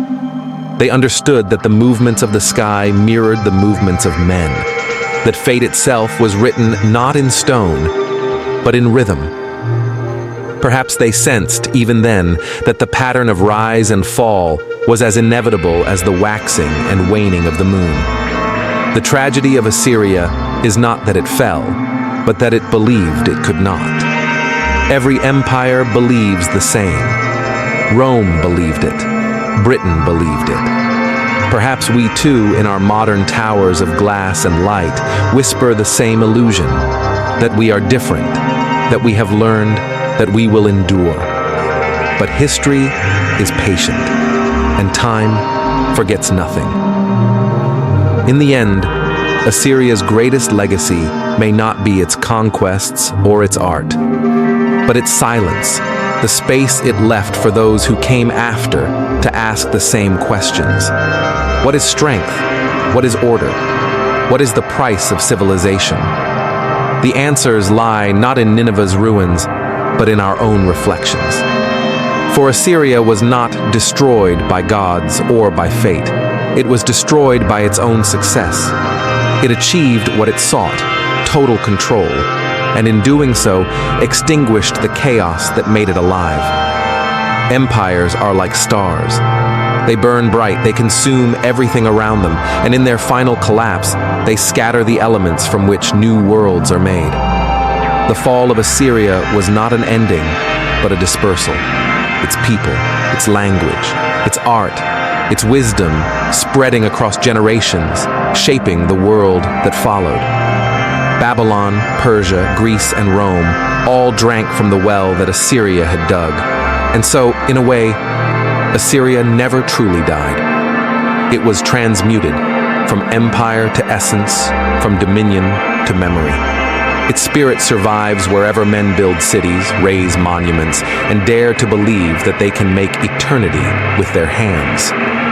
Across the centuries, the ruins of Assyria became more than remnants of a fallen empire. They became symbols of human audacity, of our endless desire to build permanence in a transient world. The stones of Nineveh, buried for millennia, spoke again, not through the voice of kings, but through the whisper of dust. Their message was not one of conquest, but of humility. For in their silence, the Assyrians taught us what every civilization must one day learn. That greatness is not measured by the height of walls nor the reach of armies, but by the wisdom to understand impermanence. When archaeologists brushed away the sands from the inscriptions, they uncovered more than a story. They uncovered a mirror. On those tablets of clay, they read the hopes and fears of men who had lived 3,000 years ago. Fears of famine, of rebellion, of the gods' displeasure, hopes for prosperity, for peace, for remembrance. They were not so different from us. The kings of Assyria prayed for the same things we do: love, legacy, understanding. Their prayers were written in cuneiform, ours are typed in code, but both rise to the same indifferent heavens. And perhaps that is the secret thread that binds us to them. The recognition that time does not erase humanity. It repeats it. Each age believes itself enlightened, yet each must confront its own darkness. Assyria's cruelty was its flaw, but also its mirror. For in its obsession with control, we see our own anxieties reflected. The hunger for dominance, the fear of chaos, the refusal to accept that all things must pass. As the 19th century explorers uncovered the reliefs of kings hunting lions, they believed they were uncovering savagery. But they misunderstood. The lion hunt was never merely a sport. It was a ritual, a meditation on mortality. The king faced the lion not to prove strength, but to confront the wild, to remind himself that even the ruler of the world could not escape death. The arrows that pierced the lion were symbols of man's struggle against his own nature. In that struggle, we find the essence of Assyria's tragedy and its beauty. The empire's collapse was not the fall of barbarians, but the quiet extinction of a civilization that had reached the edge of what human ambition could achieve. They built their gods in their own image, raised their cities like mirrors to the heavens, and mastered the art of war to a science. They conquered the known world, and in doing so, discovered the limits of power. When Nineveh fell, it was not the hand of a single enemy that struck it down, but the culmination of 1,000 small fractures. Drought, rebellion, exhaustion, pride. These are the same forces that haunt every civilization. Assyria merely experienced them first, as if to warn those who would come after. And so, its ruins became a prophecy written in stone. Every time an empire rises, it does so upon the bones of another. Every time it falls, it leaves behind a whisper to the future. We were here. We believed we could last. The stones of Nineveh carry that whisper still. If you stand among them today in the hot winds of northern Iraq, you can feel it, an invisible vibration beneath your feet, the hum of a world that once was. It is not sorrowful. It is not proud. It is simply there, like breath. It reminds us that the measure of civilization is not endurance, but meaning. The Assyrians understood this, perhaps too late. Their kings built palaces not merely to live in, but to tell stories, to carve their existence into the face of eternity. And though those palaces lie in ruins, the stories endure. The clay tablets they left behind survived fire and flood, empire and oblivion. In the end, their words outlived their swords. There is something profoundly human in that, because that is what we all seek, to be remembered, not for our power, but for our voice, to leave behind not monuments, but meaning. The story of Assyria, then, is not only the story of kings and battles. It is the story of us, of every hand that builds, every mind that dreams, every heart that fears its own ending. It is the story of the rise and fall written into the rhythm of existence itself. The empire fell, but in falling, it became eternal. Its cities turned to dust, but its legacy became the foundation upon which new worlds were built. Babylon inherited its wisdom. Persia adopted its order. Greece studied its astronomy. Rome borrowed its cruelty. And we, the inheritors of all of them, still walk in the shadow of Assyria's vision. For the essence of Assyria did not die with its cities. It lives wherever humans build towers that reach toward the sky, wherever ambition blinds us to humility, wherever art captures the struggle between chaos and order. It lives in every monument, every empire, every civilization that dares to believe that the world can be shaped by will alone. In the end, that belief is both our glory and our curse. Assyria's story is not a warning to fear greatness, but a reminder to hold it gently, to remember that what we build in strength must be sustained by wisdom, or it will crumble into dust.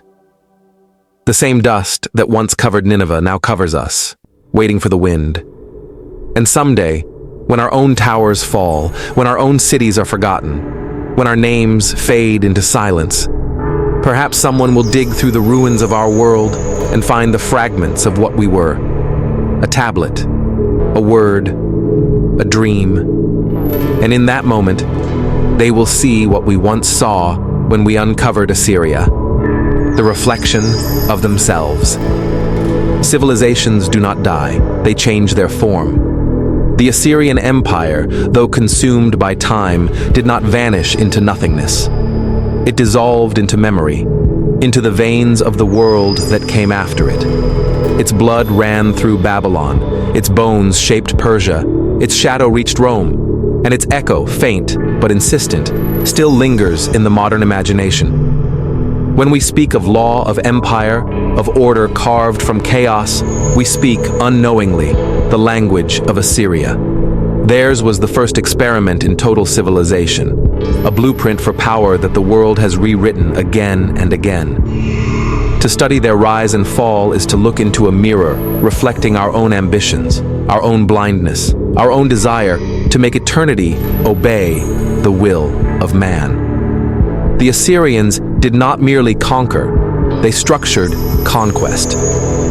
They turned violence into ritual, empire into system. In their cities, we find the earliest expressions of bureaucracy, infrastructure, centralized authority, the scaffolding upon which the idea of empire itself would forever rest.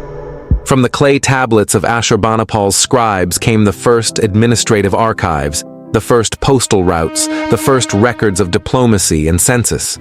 From their order sprang the logic of every state that followed. Yet, there is irony here. For what they created to preserve themselves became the very engine of their disappearance. The system that gave them strength also made them brittle. It demanded obedience, not imagination. Repetition, not renewal. And when the river of history changed its course, the empire could not bend. Like the walls of Nineveh, it broke under the weight of its own perfection. Still, the Assyrians endure in ways they could never have foreseen.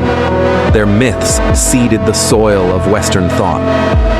The image of a divine king, chosen by heaven to bring order to the earth, that idea, born beside the Tigris, would shape every monarchy from Cyrus to Charlemagne. The notion of divine justice, of history as a mirror of morality, can trace its roots back to the cuneiform prayers carved into their temples. Even the stories we tell of floods and judgment, echoes of Gilgamesh, reach back to the libraries they built, the stories they refused to let die. And perhaps that is the greatest paradox of all. The Assyrians tried to command the world through fear, but what survived them was not fear. It was their voice. Their reliefs and tablets speak not of monsters, but of men, proud, flawed, magnificent in their striving. They reveal a people who believed that to live was to create meaning from chaos, to leave behind something more enduring than flesh or stone. Even in their cruelty, there was order. Even in their fall, there was beauty. For to destroy completely is impossible. Something always remains. A trace, a word, a fragment of the dream. In the ruins of Nineveh, among the shattered lamassu and the broken inscriptions, we can still feel the heartbeat of that dream. It is not the heartbeat of empire, but of something deeper. The human hunger to be remembered, to build something larger than oneself. That hunger has driven us since the beginning and will outlast every kingdom we create. The Assyrians teach us that greatness is not a shield against mortality, but a way of confronting it. They remind us that every civilization is a conversation between ambition and humility, between the desire to rule the world and the need to understand it. Their story is not merely about rise and fall, it is about the fragile, luminous moment between them, the point where power meets wisdom and both dissolve into history. We live now in a world of empires invisible, networks, economies, technologies that span the globe, unseen, but all-encompassing. We too believe we have tamed chaos, that we have transcended the cycles of rise and fall. Yet if the Assyrians could speak, they would smile at our confidence. They would tell us that the wheel has not stopped turning. It never does. The forms change. The laws remain. From blood came order. From order, eternity. And from eternity, silence.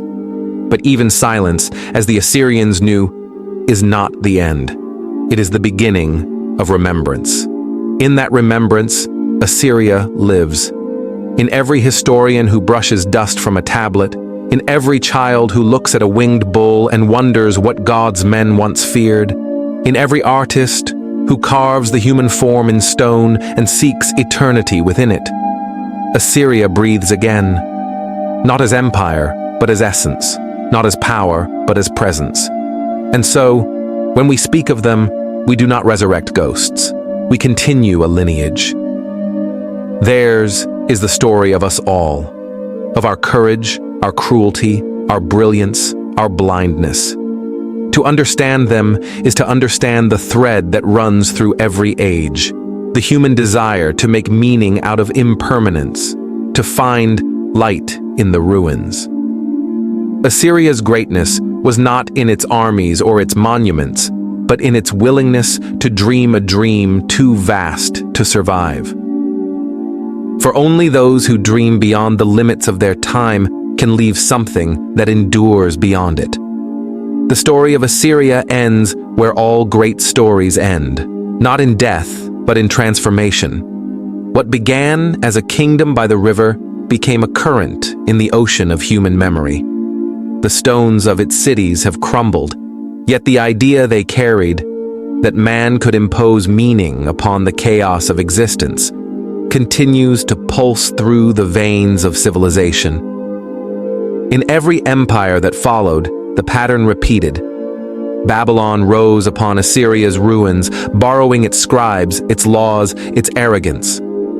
Persia learned the art of rule from its shadow, and Rome, centuries later, mirrored its logic in marble and blood. Even today, in the architecture of power, in our governments, our institutions, our empires of industry and information, we hear the Assyrian rhythm: organize, expand, control, endure.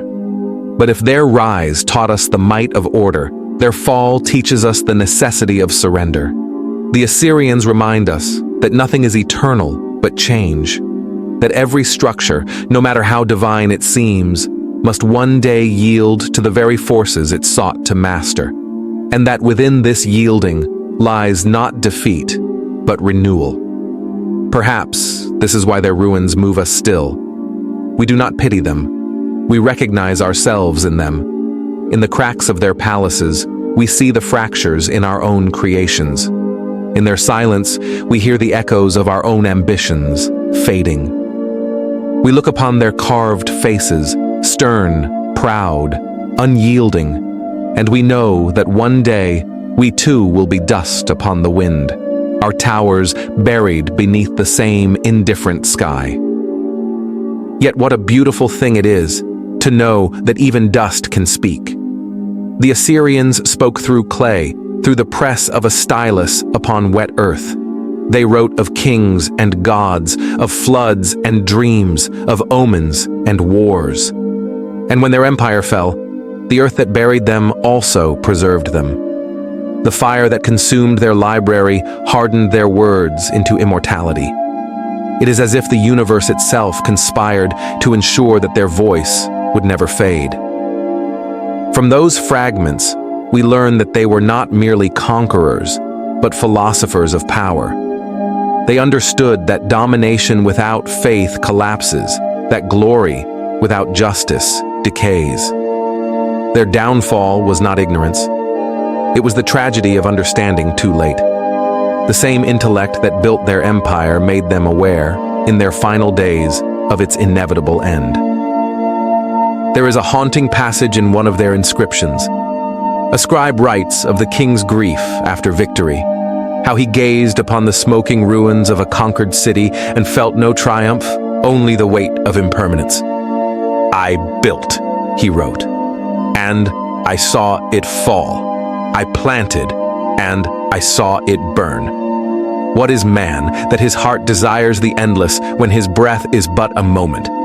It is a lament that might have been written in any age, by any emperor, any dreamer, any soul who has looked upon their creation and realized it cannot last.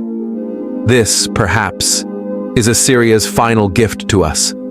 Not the vision of empire, but the wisdom of impermanence. They remind us that to build is divine, but to let go is transcendence. Their ruins are not warnings, they are meditations. Every shattered wall, every broken relief, every silent tablet invites us to reflect, not on failure, but on the nature of existence itself. Because in the end, what was Assyria? A name, a dream, a collection of hearts beating in rhythm with an idea. The idea that humanity could outwit time. And though they did not succeed, they came close enough to touch the eternal. For in striving toward it, they became part of it. The same rivers that once carried their armies now carry the reflections of modern cities. The same plains where their kings hunted lions now hold the quiet hum of engines and roads. And somewhere beneath it all, the old stones still sleep, holding the memory of what once was. A memory that is, in truth, our own. Empires do not fall because they are evil, or even because they are weak. They fall because the world moves, and they cannot move with it. Assyria's fate was not unique. It was universal. It was the rhythm of existence itself, the rise, the flourishing, the decline, the silence, the remembrance. From the seed of creation grows the tree of order. From order comes stagnation. From stagnation, collapse. And from collapse, renewal. The wheel turns as it always has, as it always will. So when we speak of the Assyrians, let us not speak of their cruelty or their fall, but of their reach, of the audacity it takes for mortal beings to imagine eternity and to build toward it, knowing they will never see its end. That audacity is the essence of humanity. For though their cities have turned to dust, their story endures, not as a relic, but as a revelation. The revelation that all creation, no matter how brief, adds to the song of the universe. The Assyrians sang their verse in thunder and fire. We sing ours in light and data. But the song is the same. It always has been. And so, as we stand now in the modern world, surrounded by glass towers, digital kingdoms, and the illusion of permanence, we should remember Nineveh. Remember that every empire believes itself eternal. Remember that silence comes for all things, but also remember that in the silence, something remains. The echo, the lesson, the beauty. For that is what Assyria truly left behind. Not an empire of blood, but a philosophy of being. A truth written not in conquest, but in collapse. They made a desert and called it peace. From blood came order. From order, eternity. And from eternity, understanding.